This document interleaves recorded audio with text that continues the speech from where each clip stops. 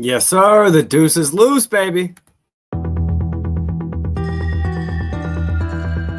You are now listening to the War Report Podcast Network.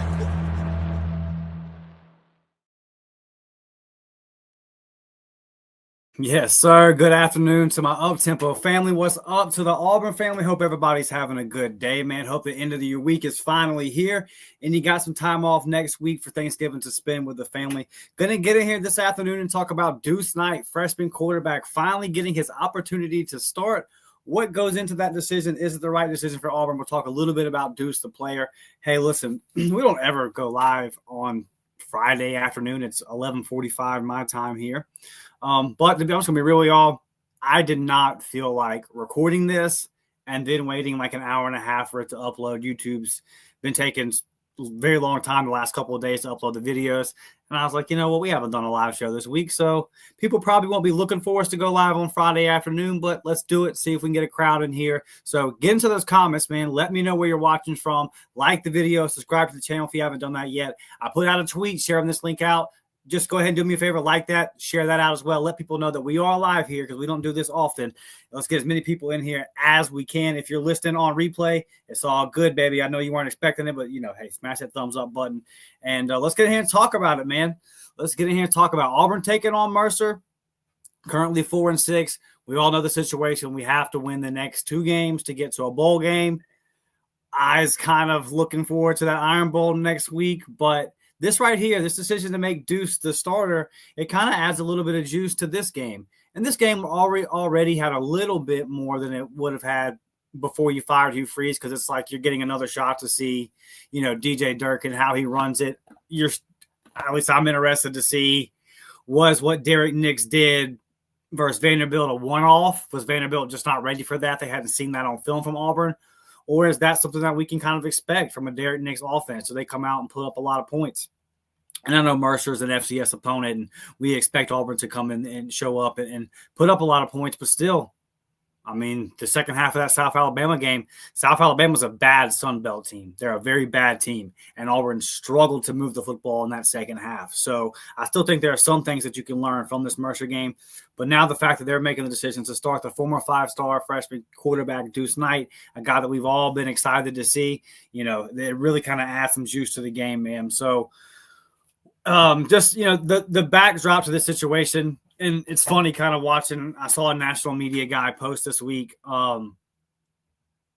that is Auburn really going to have freshman Deuce Knight play versus Alabama now. They're trying to get Deuce Knight ready versus Alabama to be ready for Alabama. And it's like the disconnect between some people not understanding the Ashton Daniels situation. Like Ashton Daniels is going to start the Iron Bowl. And if Deuce goes out and he's like 20 for 20, 18 for 20 for 350 yards and 4 touchdowns and like 50 yards rushing. If he just does something ridiculous, then I don't know. You might have to have a conversation. But as we sit here today, it feels like Ashton Daniels is a starter.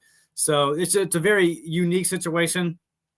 If you're not an Auburn fan, then you're just tapping in, wondering why are they starting Deuce Knight. That's kind of the deal. Ashton Daniels is right at the threshold. If he plays one more game, he burns up his last year of eligibility.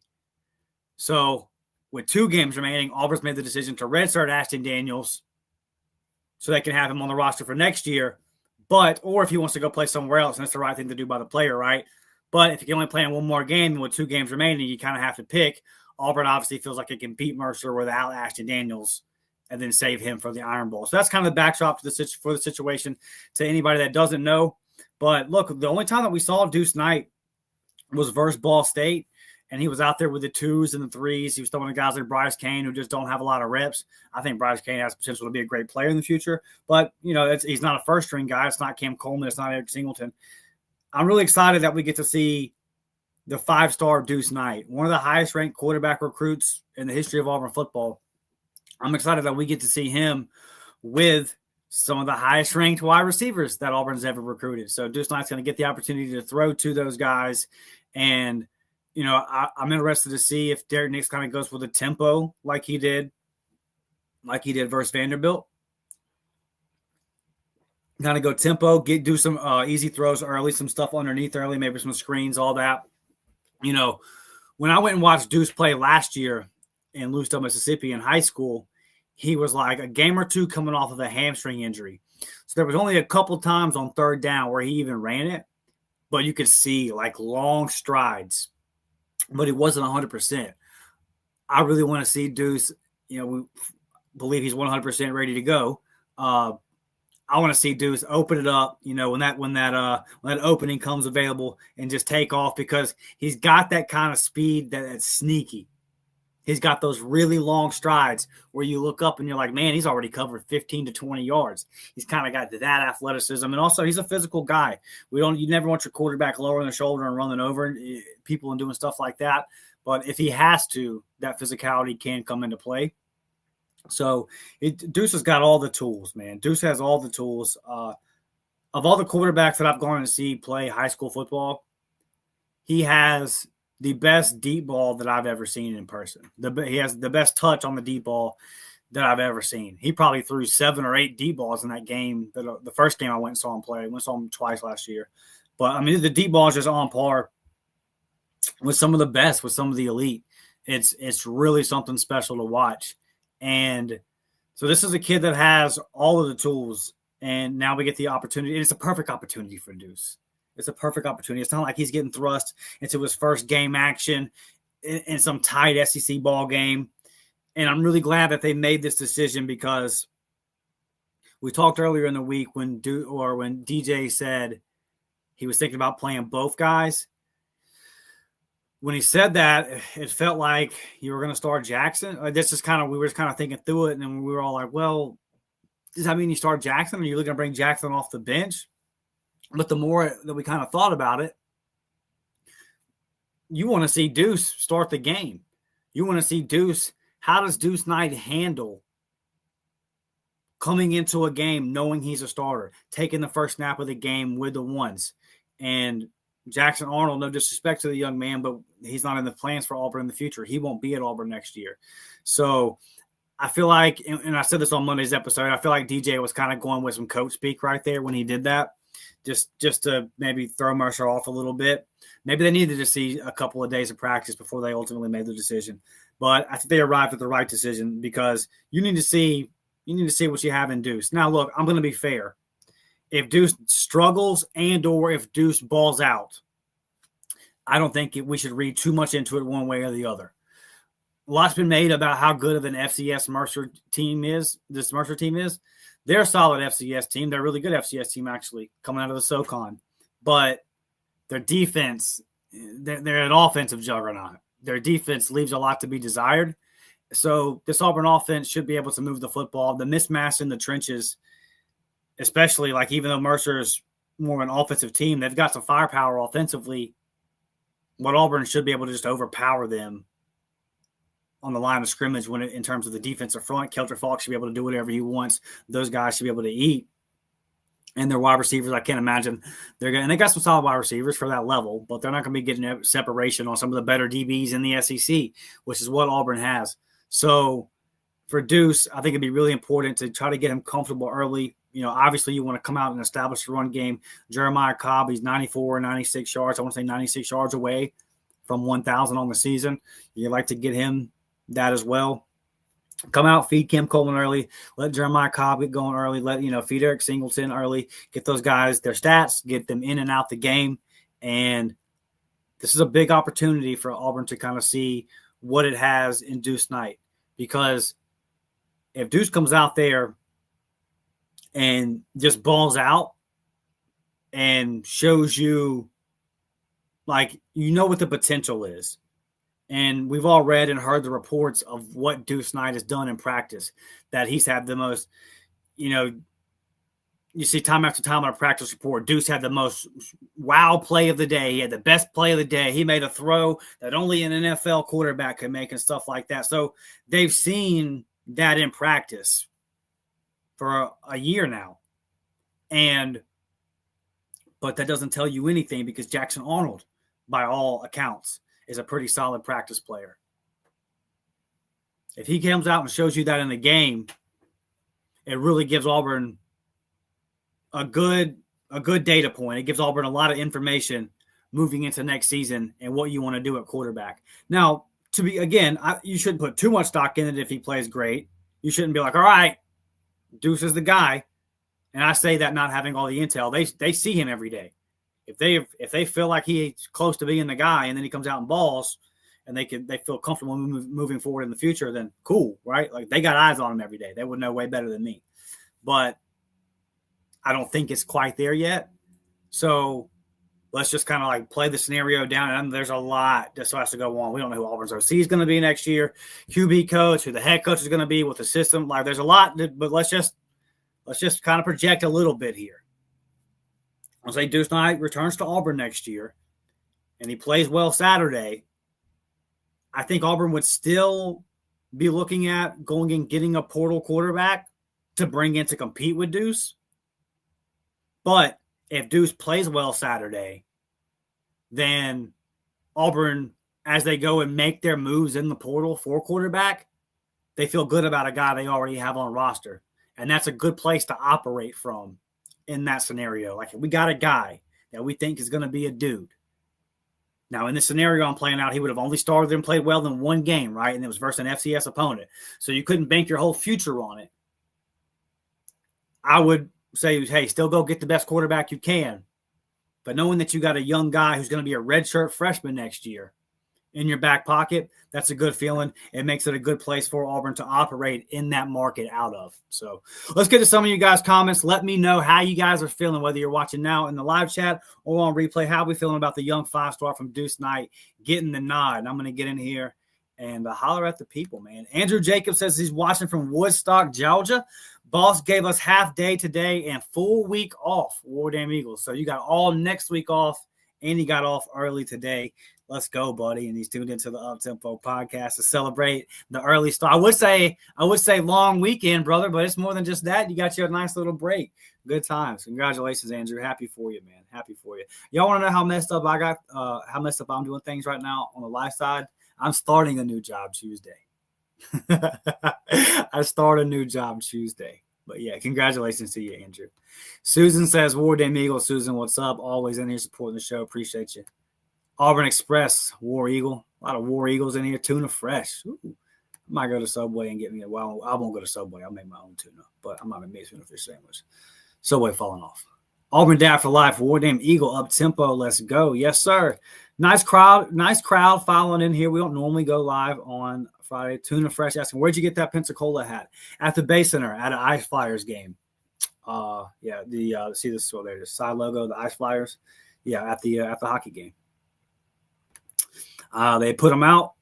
I was walking by, they were like wheeling them out in like a big buggy. And I said, yeah, bro, I gotta have that.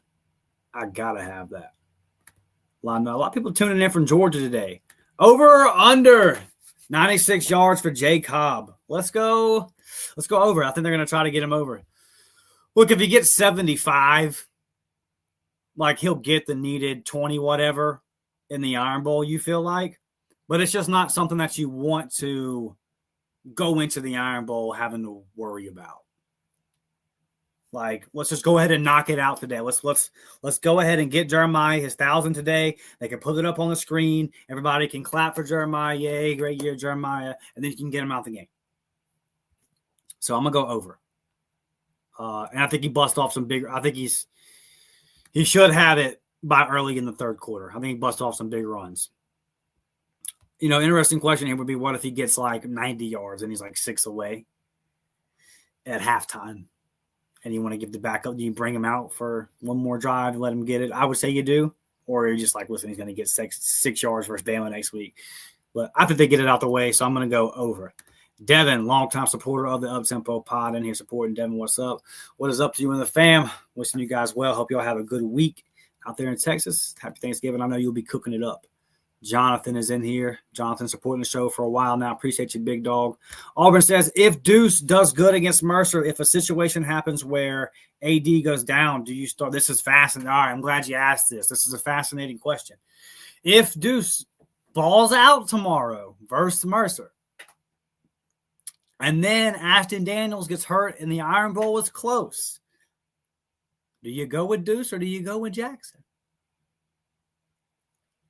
What makes this so fascinating is that Jackson Arnold played really well at Oklahoma last year versus Alabama.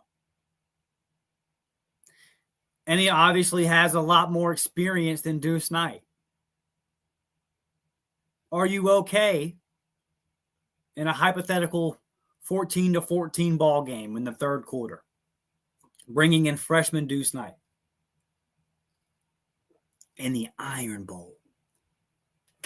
In that scenario, you'd be bringing in a freshman quarterback with Bama's playoff hopes on the line and Auburn's bowl hopes on the line.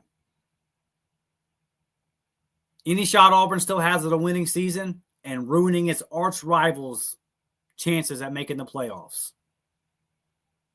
Do you put that on the shoulders of a freshman quarterback, even if he balls out versus Mercer? I don't know, man. I really don't know. I'll say this. I think that the pushback from some people on that staff that never wanted Jackson Arnold, the pushback that they gave Hugh Freeze, you know who's going to win that argument? The head coach. But that guy ain't the head coach no more. And I think there are some people that are still there that never were big-time believers in Jackson Arnold. So, although I don't know what I would do, because, again, I'm not at practice, right? The coaches that are at practice would know way more than me. But I would go with Deuce. Because in this scenario, you're saying he played well versus Mercer? Yeah, I'd go with Deuce. What if Deuce balls out in the first half versus Mercer? They play Jackson in the second half. And the offense kind of stalls out in the second half under Jackson. Then you definitely go with Deuce, right? I don't know, man. Hopefully we don't have to find out. Hopefully Ashton Daniels stays healthy and plays the way that he did versus Vanderbilt and like he did in that second half versus Arkansas. And that's the Ashton Daniels that Auburn gets in the Iron Bowl. Hopefully we don't have to find out. But this is, if we go back to the beginning of the season and we said all three quarterbacks were going to start a game, I think we would probably know what direction the season was going, right? So not ideal, but here we are. And again, I think the right decision is being made starting Jackson here. Or starting Deuce. Devin says, I think Jackson would still be the backup in the Iron Bowl. Yeah, I mean, this is it's not crazy. Not crazy sentiment, Devin. He's played a lot more football. Than Deuce. And he just beat Alabama last year. So you would hope he wouldn't be shook by the moment and all that kind of stuff. And that seems like a situation, tight ball game, the Iron Bowl, where experience would matter. What if Deuce shows tomorrow that he's just a dog and it doesn't? So I'm pulling for Deuce to play really well and make that be a bit like QB2 for the Iron Bowl might be a question that DJ Durkin gets asked Monday at the press conference if Deuce plays well. Now, I don't think he'll give an answer. He doesn't really have to, but that's kind of funny to think about, huh? People are going to be asking the question, who's the backup going to be? But hey, and it's football. You're one play away from needing that guy. So it's a legit question. And I just don't really know the answer to it. Under the scenario that Deuce plays really well Saturday. I don't know. Because there's so many reasons why it makes sense to play Deuce this Saturday. But I don't think that even if he balls out if he balls out versus Mercer, level heads will still not be calling for him to then start versus Bama. Let's keep a proper perspective here. It's still Mercer. So if Deuce comes out and he completes 70-75% of his passes, he rushes for over 50 yards and a touchdown, throws for over 250, 300 yards with 3 or 4 touchdowns, I think it would be fair to have the backup conversation. I don't think anybody's going to be talking about, I think Ashton Daniels is understandably going to be the starter. But that backup conversation gets really interesting.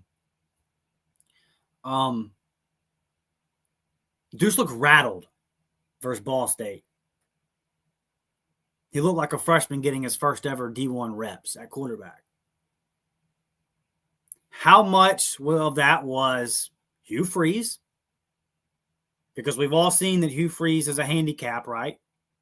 You're a better quarterback, at least at Auburn. You're a better quarterback. The offense runs better once Hugh Freeze is eliminated from the equation. So how much of Deuce's struggles versus Ball State were Hugh Freeze? How much of them were, hell, it was still only the second game, right? That was the first. Yeah, that was week 2. Is it a situation where he got that out the way? He got hit a couple times. The jitters are gone. That was also 2.5 months ago. He's had a lot more reps since then. Unfortunately, not in games. But still, is he more comfortable now in the offense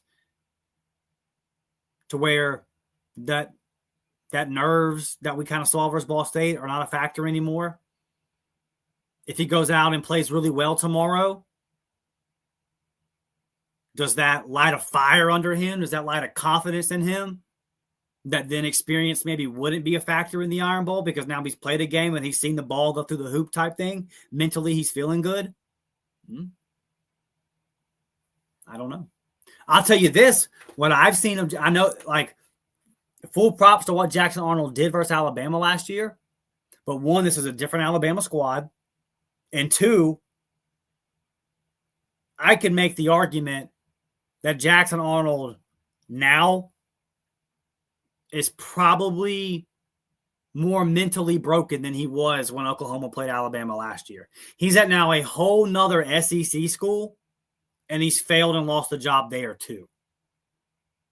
And we know that confidence is a thing. So in a tight ball game in the Iron Bowl, if you do put in Jackson, would we have confidence that he can move the ball and get the job done? I don't know. As we're kind of talking about this live here, as I'm discussing it out loud, could be maybe Deuce. It might be Deuce first off the bench in the Iron Bowl. Again, if he doesn't play well, then all that doesn't matter. If he doesn't play well tomorrow, then that question's answered. Devin says, we're going to be in Prattville for Thanksgiving, so I get the day off from cooking. Can't wait. Oh, yeah, you're going to the Iron Bowl with your dad and everything. That's awesome. So Devin will be in Alabama. Cool. Well, safe travels and all that. And, yeah, Devin's undefeated at Auburn games, so fingers crossed that Devin is the good luck charm. A lot of questions about the coach in the chat. Who that, Coach Sumrall or Coach Drink? And definitely, man, right now, definitely feels like John Sumrall is the leader in the boat. Go back and watch our episode from Wednesday if you haven't seen it yet, where I talk about the situation when John Sumrall feels like he's the leader, and not much has changed there. A lot of good stuff coming out. It really feels like everyone's kind of waiting on the Lane domino to fall. But there's a scenario, and I know that Ole Miss is looking and saying that if Lane Kiffin leaves them, they're going to target John Sumrall to be their guy, and I completely understand all that. But, you know, if you're John Cohen and you're doing your job the way that you need to be doing it, which I believe this coaching search has gone very well by everything that we can tell so far. It appears to be a very clean, smooth operation. Auburn shouldn't be deterred by any of that. Lane Kiffin shouldn't really affect Auburn. If John Sumrall's the guy Auburn wants, go out, get that done, get that locked up. And even if Ole Miss wants him, Auburn should be able to make it a non-factor. So we're going to see how that plays out. But just from an SEC fan standpoint, the Lane Kiffin scenario was fascinating. And although I think that if Sumrall had to pick between Ole Miss and Auburn, I think that he would pick Auburn. It would be better for Auburn if Lane Kiffin just decided to stay at Ole Miss. And you feel like, okay, we could kind of you feel like that would eliminate all of that. But then we say that, and what if he stays and then LSU turns up the heat on Sumrall? You just never know. So going to be a very, very interesting week. John Cohen says he wants to have that coach named. 24 hours after the Iron Bowl. He's made mention of that in any kind of interviews that he's done. So I believe him. So yeah, again, if you haven't watched that episode, go check that out because I talk about timelines, how it could all play out. I think Auburn can name Summerall the coach the day after the Iron Bowl, and then Summerall still play out his time at Tulane, especially if DJ Durkin stays at Auburn. Then DJ can be the guy in house taking care of everything while Summerall's building his staff, and he'll be kind of doing the back and forth. But you've seen that happen before, or maybe he just decides that he wants to stay. Or maybe he just decides that he wants to just come to Auburn right now. We've seen that happen as well. Or maybe it's not Summerall at all. But we're gonna know. We're gonna know in the next 7, 8, 9 days for sure. And I'm very excited. So, and for the members, I just put up another coaching update. So that's the second coaching update. We got some new intel. So I loaded it in for you guys and just posted it about an hour ago. So go lock in. And if you're interested in the memberships, $3.99 a month will get you the JV squad, $5.99 a month gets you into the varsity squad. And we've dropped 3 different podcasts full of intel this week. 2 on the coaching search, 1 updating everybody on the recruiting intel, what's going on with the recruiting situation. It's kind of in limbo. It's kind of in a wait and see mode, which has kind of been, unfortunately, the mood for Auburn recruiting going back till right before the season. A lot of big-time recruits were like, hey, we like Auburn. We're interested in Auburn. Auburn's got the money. It's a great place to play. Who's going to be the head coach there? And then, obviously, the season played out how it played out. So now we're all just kind of sitting here waiting to see who the next guy is and if that's somebody that the guys that are still in the class want to play for and just kind of how all that falls into place. So those are discussions that we have had on the membership pods. So if you are a member and you haven't watched those, go check those out. Again, just posted a new coaching update for you guys, and there is the recruiting one up for the varsity members as well. So go tap in if you haven't. And yeah, man, sign up today for the memberships because this is the time to do it. There's going to be, and it's not going to stop when the new coach is hired. You're going to have portal intel. You're going to have a little bit of high school recruiting right there, kind of at the buzzer with the signing day. And there's going to be the building of staff and all kind of stuff. So there will still be a lot to talk about. Go tap in, sign into those memberships today. Let's get into a couple more of these comments. And then I want to talk about Deuce Knight, the player. Terry Bowdenson here says, yo, plain truth, says War Damn Eagle, about time he announced a starter. Tuna Fresh says, rumor is Summerall head coach Durkin DC and then hire from the ACC at OC. Yeah, I haven't heard anything like definite on OC and all that kind of stuff other than Auburn is prepared to give whoever the head coach is maximum resources to go get the offensive coordinator that he needs. So under this scenario, Tuna Fresh and we've reported this with the member on the member pod earlier, and we talked about it. It's knowledge, it's common knowledge, right? That there's a good possibility that if Summerall is hired, that DJ Durkin stays at DC.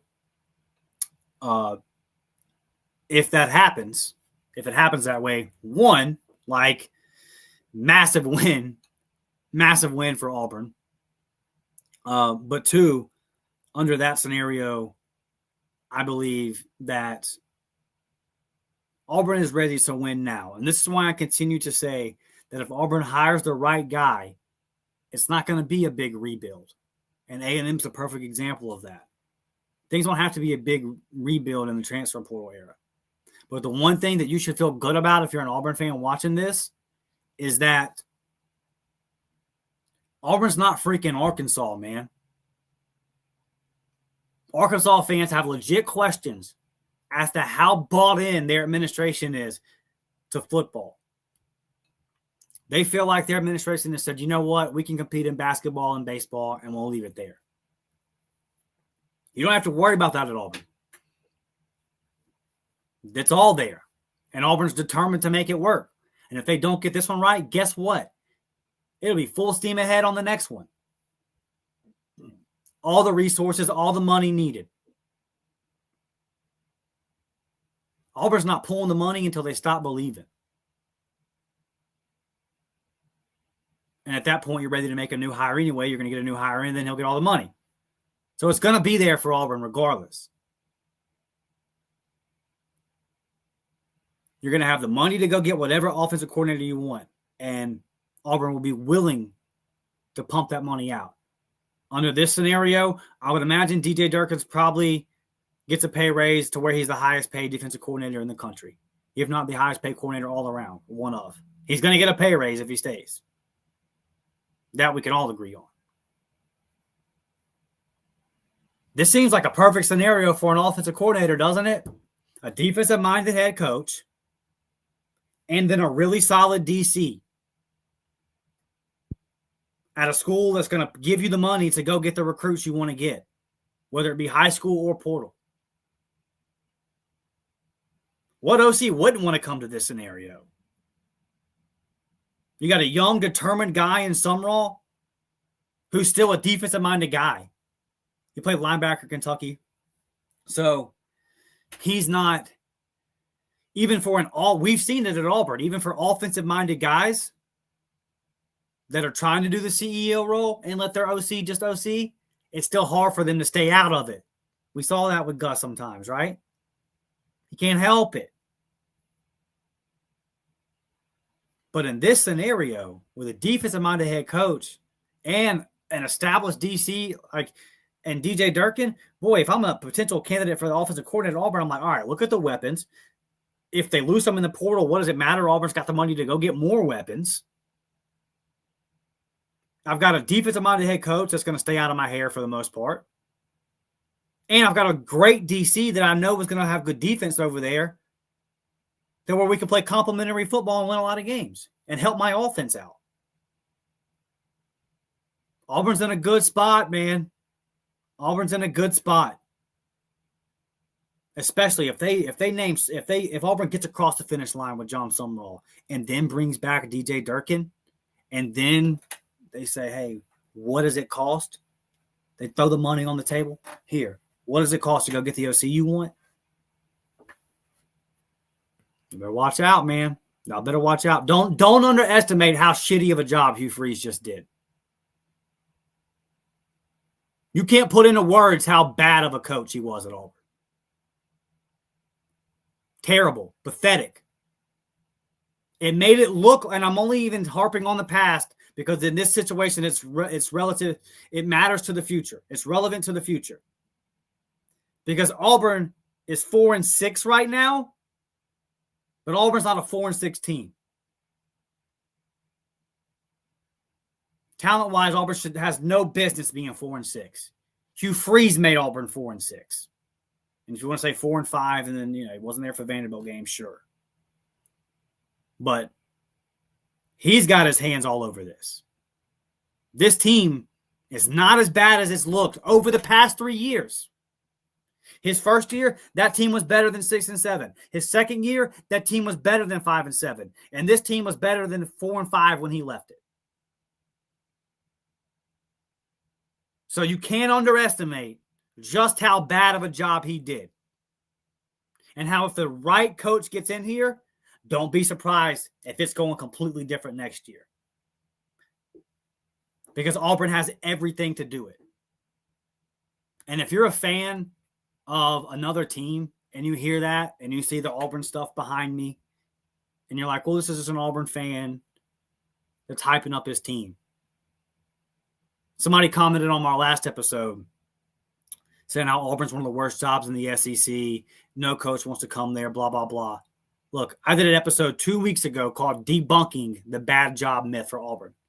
I just went in for like 40 minutes breaking down every stupid narrative and point that's out there outside of Auburn about how it's a bad job and the fans are crazy and all that. So if that's something that you believe and you think that I'm just hyping up Auburn, that Auburn's a long way away from winning and all that, I challenge you, if you really care enough, to go watch that episode because I really kind of tear apart a lot of that nonsense. And I think A&M's a great example. A&M had a great roster. A&M had a great infrastructure. A&M had a great fan base with a great administration with boosters that are willing to drop the bags needed to compete in 2025. They had all of that. They had a bad head coach named Jimbo Fisher. The moment that he was removed, A&M been going up. I know their record last year wasn't spectacular. They missed the playoffs. They still had a really solid year. But if you were watching A&M last year, you knew, oh, this is different. Because of all the talent that A&M had over the years under Jimbo, they always got hyped up. And it never came to be because Jimbo didn't know what to do with the talent. Does all this sound familiar? But ultimately, and they lost guys. See, and that's been my thing too. I know this is a separate discussion. They've lost guys that are really good football players that Jimbo recruited. And I wasn't listening to a bunch of Texas A&M content at that time, but I'm sure they were debating roster retention and blow it up and blah, blah, blah. The point that I'm here to make is that Auburn might lose a couple of good players on offense. They got the resources to go get a couple more. And maybe those guys fit the new OC system better. Auburn's in a good spot. Let's talk about Deuce Knight, the player, get a couple more of your comments, and then we're going to get out of here. Look, I think a lot of you guys that have been listening for a long time know just how high I was on Deuce Knight coming out of high school. That remains the same. I have a little more trepidation just because of, and not saying that not that my opinion of the player that he can be has changed, but man, like Hugh Freeze put his hands on him, and I just don't know what to make of that. So he's still got a lot of his career left without Hugh Freeze. So ultimately, if he's the player that I think he's going to be able to be, he'll be able to shine and all that kind of stuff. But I wonder if he's been set back a year. Because I think it's fair to say now there's been no Auburn quarterback. There's been no quarterback at Auburn over the past 3 years that's been put in the best position to succeed. And we saw it on game day. We saw the quarterbacks being put in a bad position on game day. But if we could see that on game day, well, then just imagine what was going on Tuesday. And it's public knowledge now about Hugh Freeze's lack of attention to detail, his lack of structure on his side of the ball. I think it's a safe bet to say some of that has probably affected the development of Deuce Knight. So where I was before the season, now that we have a little more data on just how bad everything was under Hugh Freeze, Deuce might be a little bit further away from being ready to go. And maybe not. This is just speculation on my part. But what I will say is the tools are unlike anything that we've seen at Auburn in a long time, since y'all know who. And I don't even want to say that because I want people to misread it and think I'm saying this guy's going to be that guy. I'm just talking about just the tool. We haven't seen a guy that has this kind of toolbox. He's got everything in a long time. And if you're Auburn, if you can make this work, he's going to be a redshirt freshman next year. Let's say you go get a guy that's got 1 year of eligibility left. This will be my ideal scenario next season. You go and get a guy that's got 1 year of eligibility left that fits whoever the new OC will be. He balls out, plays well. Deuce gets mop-up duty next year. And he gets to play in games like these, to where you actually see him 4 to 5 times. And then in 2027, when he's a redshirt sophomore, because it'll feel like he's been here forever at that point, he still will be a redshirt sophomore with plenty of years of eligibility left. Then you get him ready to go. That would be my ideal scenario for Deuce. You guys let me know in the comments what you think about that, if you agree with that. But that's how I would, if Football Genie came down today and said, Dustin, how do you want this to play out? That would be my answer. But everything's there. This kid is electric. This kid is dynamic. I'm going to be honest, I didn't like some of the social media stuff that went on a couple weeks ago. But there wasn't anything that was terrible. It was all kind of cryptic, and I was like, come on, dude. You know how this is going to be read. You know people are going to make of this. But it's not like he came out and did something that's unforgivable and like blasted some like coaches and players. Or listen, man, he was really good friends with Damari. And he didn't like the way the Damari situation went down.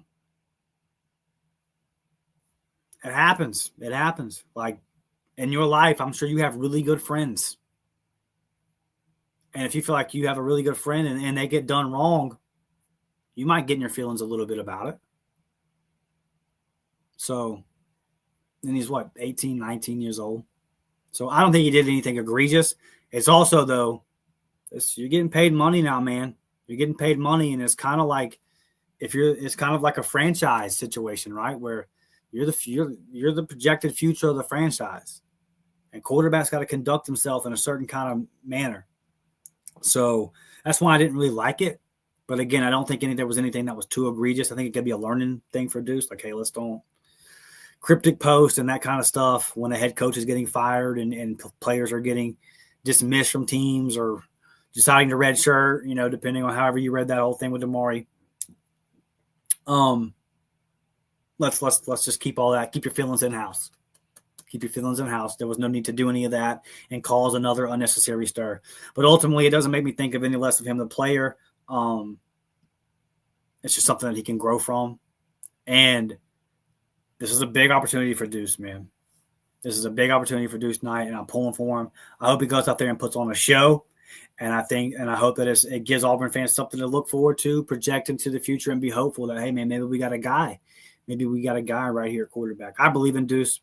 I'm not backing off of anything I said in the preseason as far as the talent that I think he has and what he can become in college football.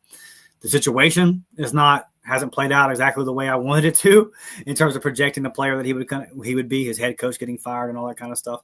But, man, when you're talking about just like the talent, the pure natural ability that Deuce has, it's very exciting. And now it's about seeing if Auburn can kind of harness all that and develop a 5-star into a 5-star. So we're not going to get a full picture Saturday because it's Mercer and he's a true freshman and it's his first start. There's so many reasons why you shouldn't, if he plays mediocre to poorly, you shouldn't freak out. And then if he balls out, you shouldn't overreact. Now, if he makes like 4 or 5 plays where you're just like, hey, that's a dude. But I would argue that's not overreacting, right? That's just using what you see. But yeah, man, big opportunity. Really, really excited to see Deuce Knight. And like I said earlier in the episode, it adds an extra layer to this game that otherwise would be kind of boring. It's kind of that week in the SEC. Everyone's getting their cupcakes in before the rivalry matchups, but this one gives us something to look forward to and to watch. Let's get to a couple of these comments, man, and then we'll get on out of here. Go ahead and like the video, man. Sub to the channel. Look, there's over the past month, almost like 40% of the people that watch the show not subscribed. So just hit that sub button, man. We're on the road to 3,000. Help us out. Do us a favor there. Lauren says it is Mercer. Yeah. So again, there's no reason to overreact one way or the other. I think it's a perfect opportunity. For Deuce, Deuce to get in there and to get a game in, and for people to not overreact. So, but I'm sure there will be some of that, one way or the other. Where do you think Damari Austin will play next year? I have no idea, man. I have no idea, Terry. I guess you're asking that if Auburn's a possibility, and sure, Auburn is a possibility. That would be a popular move amongst the current players on the team, I would think. But as I'm saying that, I'm also thinking some players didn't like it. So that might be a situation where the new head coach just says, hey, we have to, even if Damari didn't necessarily do anything wrong here, a new coach might feel better just cutting loose with that whole situation and starting fresh. Because unfortunately for Damari, I think I've seen enough of him I don't think he's a bad back, but I've also seen enough of Damari to say cutting him is not going to kill you in terms of talent in the running back room. You'll be fine. So, and I use the term cutting there. If he just moving on, if he decides to really enter the portal and actually leave Auburn, and that'll be a decision really for the new coach to make. unless Damari just wants to go. I think Damari would probably try to come back. That's just kind of speculation on my part. But I think that Damari would try to come back. But does the new coach want that? Does his running style match the new OCs? Does the new OC have some guys that he want to come in with him? Like, there's so much to be determined here. Terry says DJ has to have a role moving forward. Yeah, for sure. Now, listen, so I don't want anything I'm saying here to be misunderstood. So I got to preface it with a bunch of crap. But, and I agree with you, Terry, but I'm going to play devil's advocate here for just a second.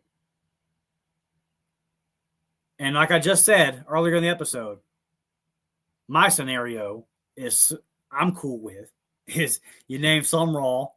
I'm fine with you letting him play out the rest of his season with Tulane. And that way DJ stays and he can hold fort. He can hold down the fort. And then that's one side of the ball where you don't have a lot of turnover, most likely. And I think that would help you when you're hunting to go get a new OC. Because then you'd be able to say, I already got one of the best DCs over here. So let's play some complimentary football. So like I'm saying is I want DJ Durkin to be the DC at Auburn next year. So don't misunderstand anything I'm about to say. But I had this comment. I had this comment on the episode earlier in the week, and somebody said, well, does it all fall apart for Auburn if DJ Durkin takes a head coaching job somewhere? The question that was posed to me in the comments was, does it all fall apart for Auburn if DJ Durkin takes a head coaching job somewhere? No. And my answer was no. And I hope that doesn't come off as a shot to DJ, but at some point, like how long do coordinators stay at a team? Like Kevin Steele was with us for a good minute, right? But how long do coordinators stay at schools? Assistant coaches, coordinators, they move around. More so than head coaches. But it's very rare, or at least it's not often that a coordinator stays in place through a coaching change. Most time it's an overhaul. So if DJ stays in this scenario, cool. But the point I'm making is he's not going to be at Auburn forever. He's just not going to be at Auburn forever. Now, no one's knocking down DJ Durkin's door right now to hire him as a head coach. And that's something I would hope John Cohen's taken into account for larger discussions. But so I don't think that would happen this year. I haven't heard DJ Durkin's name linked to any jobs. But he won't be Auburn's DC forever. He's been here 2 years. Do we think he's here 3 more years? Do we think we have him for 5 years? That's a pretty solid lifespan on coordinator, right? If he does good, you keep DJ and he does good next year and the year after. Say he has 2 more seasons at an elite level as Auburn's DC. Then does somebody decide to come out and try to give him a head coaching job? Like, I don't know. So the only reason I'm saying this is to the crowd of people that feel like no decision can be made in Auburn's future without DJ Durkin being involved in it. I would have the pushback of, well, how long do you think DJ Durkin's going to be at Auburn? So just something to think about. All right, guys, enjoyed this one very much. Fun. You know, we don't do these live shows very often on Friday afternoon, so I'm sure a lot of people will be catching on the replay. If you're listening over on Spotify, Apple, turn on those automatic downloads, man. Trying to get them audio numbers up. So even if you come here and you get the content exclusively on YouTube, just go over to your Spotify account real quick, turn on the automatic downloads over there, leave a 5-star review. That'll help the show out a ton. So we will be back. What I'm going to do is, because the game is so early on Saturday, I'll have a reaction pod. We'll probably do the War Report post-game show, and then I'll have a reaction pod that I'll put up on my channel, and then me and Nick will discuss whatever other storylines and narratives need to be discussed on our 9 a.m. Sunday show. But we'll probably have so just be on the lookout for that. We have a reaction show to the Mercer game up Saturday afternoon after the game on the Up Tempo channel, and that'll be after the War Report post-game show. And then we will still have our 9 a.m. live show. We didn't have it last Sunday because there was no game. And normally those 9 a.m. shows have been our reaction show. But seeing as how Auburn's game is going to be over so early in the day, we can kind of squeeze in 2 right there. So you guys can look out for that. That'll be our next show. It'll be a reaction show Saturday afternoon to what is hopefully a big Auburn win. Oh, real quick. Look at me. I'm going to get out of here without giving score prediction. Score predictions in the chat. Terry says, I do think that Cobb's the best running back on the roster. I don't think that can be debated right now.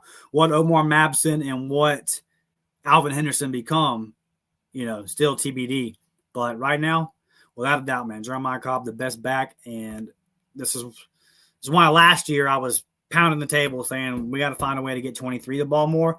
But hell, I felt like we should have gave 27 the ball more last year. So if I feel like we didn't give the backup the ball enough, then we didn't give the starter the ball enough. It is what it is. We're done with all that. Right? We're done. Those days are over. Hopefully the next OC at Auburn understands that if you're running the football and it works, you just keep running the football. Susan signing out with the War Eagle. Terry, good participant in the show today. Thank you, brother, with the War Eagle as well. All right, my score prediction. I'm going to go Auburn. Give me Auburn 41. No, I'm going to go 38. Give me Auburn 38. Mercer 14. Give me Auburn 38, Mercer 14. I think some struggles early maybe. True freshman quarterback. It might not look super crisp. And maybe I'm wrong on that. Maybe they had a whole bye week and they come out, ready to roll. But I think it might be a little struggle early. Lazy 1 a.m. start at Jordan-Hare. You got the big rivalry game next week, but I think Auburn makes enough big plays and is obviously just kind of overpowers Mercer in the trenches. Mercer's got a good enough offense that they'll probably make a couple of big plays or put together a drive or two to where they'll get to 14. So give me Auburn 38-14. Not a whole lot we're going to be able to take away from this game other than hopefully we get guys out of there healthy for the Iron Bowl. And obviously the topic for the day's episode, what do we see in Deuce? What do we see in – did I say 1 a.m.? I meant 1 p.m. I'm sorry. If I said 1 a.m., my apologies. The Pac-12 is dead. And Pac-12 is dead, so no more Pac-12 after dark. And luckily, SEC after dark was never a thing. So, 1 p.m.